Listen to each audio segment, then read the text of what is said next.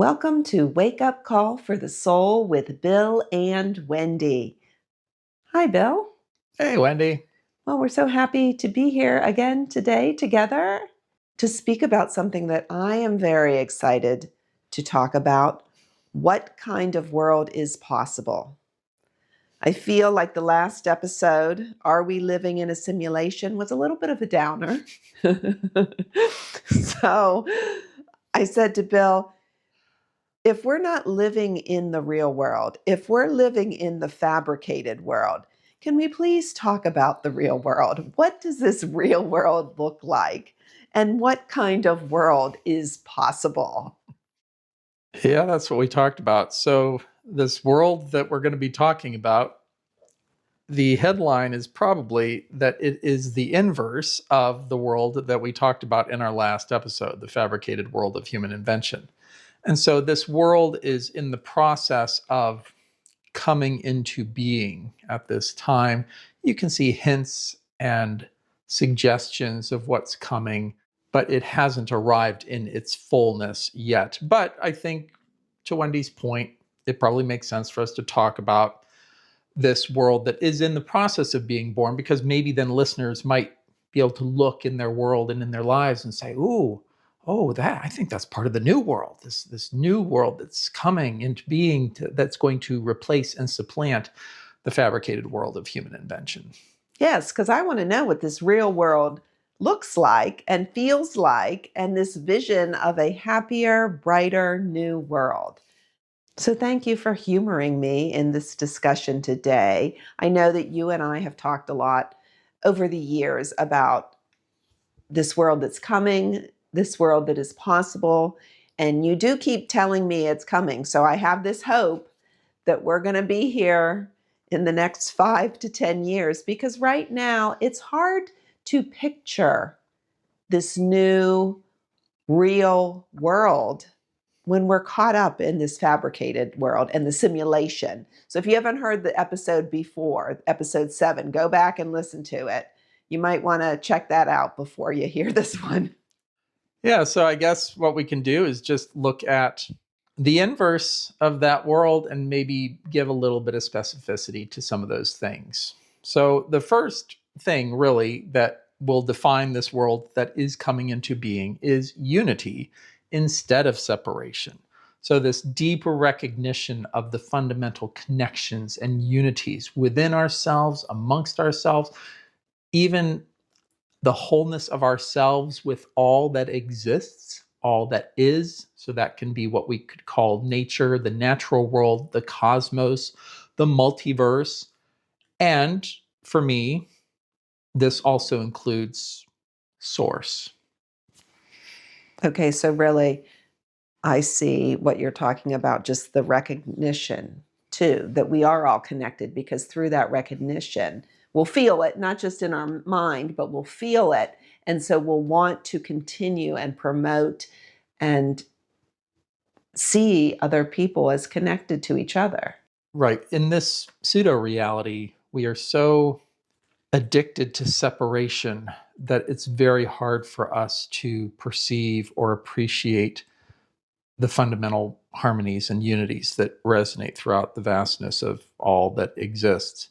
So, in this world that's being born, more and more of us are going to open our perceptions, our faculties in ways, aspects of our being that are able to perceive much wider, greater bandwidths of information, knowledge, sensation than we are right now. Most people on the planet right now are limited to their, what I'll call their biological senses, and how those are filtered through their brains and all of the ideas that we hold in our brains about the nature of reality, which are mostly untrue.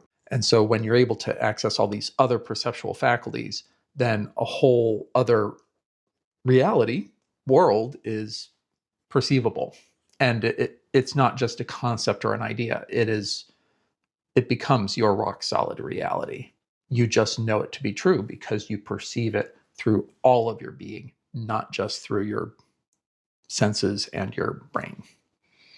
Yeah, and as you said, it's really hard to picture now because we're caught in the simulation. So we, even in this conversation, and even those who are listening to it, and even myself who is listening to you, I really have to open my mind to the possibility that this is even possible because we are very reactive to each other. But unity instead of separation is a wonderful picture in my mind and soul, in my heart.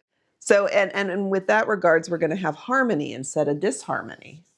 Mm-hmm. Right, because if we're able to perceive instantly in real time the impact of our thoughts, of our way of being on anyone or anything, because right now we have all of these blinders on where we are causing harm through our addiction to separation, but we can't perceive it because, again, we've set up walls and walls work in both directions. So I might do something that harms another, but I'm not actually in full awareness of that. Mm-hmm. So with greater unity comes this understanding of my impact, my deep impact on not just my own personal little world, but through resonance, I am able to perceive how those ripples radiate throughout all that exists. And if those are unpleasant ripples, then I'm going to, through my awareness of that, become very invested in harmony. I'm going to say, I don't want to do that. I don't want to contribute to disharmony because I perceive the awfulness of it. Whereas right now we're mostly blinded to the awfulness of disharmony. So yeah, that's another thing that they go hand in glove. Unity, harmony. And I think that'll be easier for us because the energies won't be so out of whack because we talk a lot about energies in the world right now are really affecting us with anxiety and stress and all these different things. But I think our energies and our bodies will be more calm. So we will be able to promote this harmony. Yeah, and so another kind of related idea is that because of the human addiction to separation at this time, we tend to perceive things through the filter of separated binary polarities. For example, we tend to think in terms of black and white, up and down. We don't tend to think about Us and things. them, Right. even. Yeah. So we have all of these categories, all of these things that we think of as dualistically opposed, well, opposites that are separated. And as we shift our consciousness more into unity and the harmony that comes with that, we're going to perceive things more in terms of what I'm going to call, for the purposes of this conversation, interconnected multidimensional continua. So it's not going to be these two things. We are going to be able to perceive the gradations between the so-called extremes of the polarities, and we will perceive those things and be more concerned about them, and we won't, because again, polarities create this kind of very linear two-dimensional thinking, which we've talked about before. Mm-hmm. And as our consciousness expands, we are not going to have this very linear two-dimensional way of thinking or approaching reality. We are going to perceive things in a multidimensional fashion, and we'll be able to perceive the interactions happening between all of these multidimensional phenomena through the expansion of our perceptions. Well, that I'm going to point back to our first conversation in Flatland. That book, that two-dimensional world, makes me think of what you're saying here. The interconnected multidimensional continua. And I just put in here again, we're doing an inverse of the last episode. So I have fearlessness instead of fear. I didn't put courage because you don't need courage if there's nothing to be afraid of. So Yeah. while there's a lot of people, courage is a really awesome thing in our world right now. But again, it's sort of this human invention that we have to be courageous because we invented fear in the first place. So we have to overcome our own issue. And when you're not perpetuating the reality of fear, then you don't have a need for courage. And so for me, the opposite of fear is fearlessness. Fearless Okay. literally means without fear. Yes. And that is so exciting for me because I have a lot of fears that I don't always admit even realize. They're just deep down. So this idea of fearlessness is very exciting. And abundance instead of lack. When you are not separate from everyone and everything else, then that means you have access to everyone and everything else. And so there is no lack in this new world. There is no one who is going without that which they deeply desire or require in this new world. And I'm sure people are like, how's that possible? Because again, we exist in a pseudo reality where lack is a defining element of it. And I'll just leave it there unless you have any questions, Wendy, on the lack abundance question. No, I agree, though, that it is tough to see. The world is set up that there are winners and losers. That's how people get ahead. And those are the words we use. Let's get ahead, meaning we've left some people behind. So it, once again, just like all these others, it is hard to picture, but abundance for everyone. That's so exciting because that means even from a basic level, abundance of food, abundance of comfort, abundance of friendships and support, abundance of health and well-being. Very exciting. And the next one I have on here is the expression and realization of our deep desires instead of experiencing the frustration, anxiety, and rivalry of mimetic desires. And so instead of people chasing other people's desires and then becoming obstacles and rivals, people are going to tap into their own deep, unique being in order to express and realize that which is within them to bring forth. And the realization and expression of these things is always going to be in harmony because of the fundamental unity that exists. So where we think now, we see desires always in conflict with each other. Everywhere we look, desires are in conflict. In the future, all desires are going to exist in harmony with one another because they're coming from a deeper place than the material mind or the brain. Okay, that sounds good. And this goes, you alluded to it before, Wendy, responsiveness instead of resistance. In separation, resistance is the norm. That's how we deal with everyone and everything, even with our own selves. We resist perpetually. And in the new world, it is responsiveness. Everyone is responsive to themselves, to others, to all, to source. Yes. So information comes in and people are responding to it as opposed to saying, no, thank you. I'm resisting you. I don't want it. That's very exciting. And some other ones I put on here, peace instead of violence. Seems pretty self-explanatory. Yes. Almost every prayer I do, if I ask people for their heartfelt intentions, usually some expression for peace for themselves, for others, or the world comes up. So I think people have a sense of what that looks like. And by the way, it's not merely the absence of conflict and violence. It is more of the Jewish idea of shalom, of the peace, of wholeness, unity. They get it. I like that. And then reconciliation through the power of unconditional love, or what Wendy likes to call source love, instead of through sacrifices, trade-offs, compromises, costs, prices, and losses. So again, I just putting a little point on this, that in the new world, we're looking at a world where things work completely differently than they do now, because we will have let go of this lie of separation and the need for sacrifice, cost, loss, trade-off, compromises, and prices in order to resolve these apparent separations. So if there are differences, let's say, these things are resolved, reconciled through an elevation of consciousness, through the bringing of unconditional love into those spaces and those conversations, those dynamics, in such a way that instead of someone always getting ahead, someone always winning or losing, it's a always multidimensional win scenario where all win because all see an even greater, more expansive possibility, as opposed to, well, this is just the way it is, kiddo. You lose, I win. It's almost like seeing the bigger picture versus just being caught in our own little box, in our own little world. Yeah. And through unity, we have access to infinite resources that are completely inaccessible to us now in our current paradigm, our current pseudo-reality. This last item on this particular list included unconditionally loving invitations to change. And this is different from what is so typical in our world today. Instead of displays of control, violence, force, domination, threats, the implications of social, political, economic power structures and systems that basically say, get in line or else.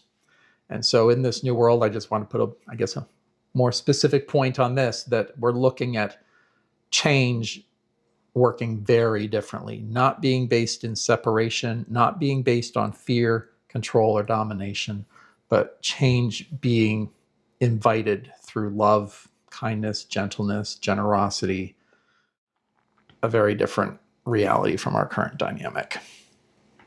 Okay, so that helps paint a picture of this vision of, in your definition, the real world versus the fabricated world. So maybe next we could share some things we take for granted in this fabricated world of human invention that will look very different in the new world that is coming. Per you're telling me it's coming, Bill, so I'm going to believe you it's coming, because I often ask him, when is this coming? How far away are we? 5 years, 10 years? When is it coming? And maybe our listeners are asking the same thing, or even doubting that this is even possible, because it really is hard to think it's even possible when we're stuck in this fabricated world right now. Yeah. But what would look different, Bill? The first thing I put on here was children, all people, all life forms would be cherished throughout their entire existence. Things that right now in this world most people reserve for their closest family members and friends would not be limited to their closest family members and friends. We, in the future, we human beings will love strangers more than we love our own children right now. We're going to love everybody. And everything. Unconditionally. Yeah. This has been spoken of before, but this shift from what we assume right now, we think in terms of market economies, commodities, these kinds of things from a separation paradigm. And in the future, what we're moving toward is a gift economy that is really going to be characterized by the free flow of love in all of its forms, material, energetic, multi-dimensional. Yeah, an economy based on generosity and sharing as opposed to hoarding and rationing. And you've spoken that there will be no more nation states and countries, no sovereign borders. So anyone can go anywhere they want, anywhere in the world. In the cosmos. I mean, what's the point of having a line on a map when a person can go anywhere in the universe instantaneously? Because the world will be available to everyone. Yeah. There will be no place that's off limits. There's no place that people won't be able to go, to travel to exist, to live. So yeah, nation states become kind of quaint, old-fashioned ideas. I mean, and we're caught up in these institutions and structures. But Bill, you've been saying there's going to be no need for schools. There's going to be no need for a complex political or legal or justice system. We've developed all of these institutions because we thought separation was real. And when you think separation is real, then you need all of these institutions, or well, you think you need them in order to overcome all these challenges and difficulties.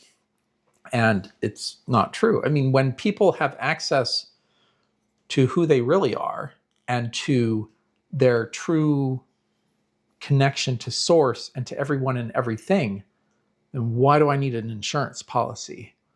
Why do I need a justice system if everyone knows what happened? Because the future is completely telepathic and empathic. So everyone has access to everyone's thoughts and feelings. There's no secrets in the future. Some people will be freaked out by that. Other people will be thrilled about it. But in this expansive consciousness reality, right now we believe our thoughts are separate, that somehow they're just inside our brains and that they don't leak out.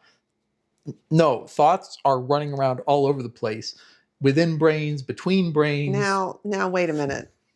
Now we're not even sounding human. So, I don't know, you're going to be able to read my mind in 10 years? Well, I didn't say in 10 years. I'm talking about a future world that's coming. Okay. So what's coming So is you're going to be able to read my mind in the future world? Well, yeah. Okay. But everyone is. You're going to be able to read mine. I'm going to be able to read everybody. Yeah, it's just because if you have Because we'll nothing to be hide. tuned into the cosmos and energetic energy fields Well, and unity means unity. okay. So unity and harmony, there's no walls, So there's we're no not going to be barriers. individuals? Yeah, we'll be individuals.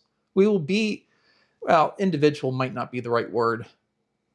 I'll call us unique beings. So in the future, what we consider ourselves right now, we are seeing ourselves through a separation paradigm of a false identity. In the Mm-hmm. future, we will know who we really are. And a big part of who we really are is in these unities and harmonies. See, all right.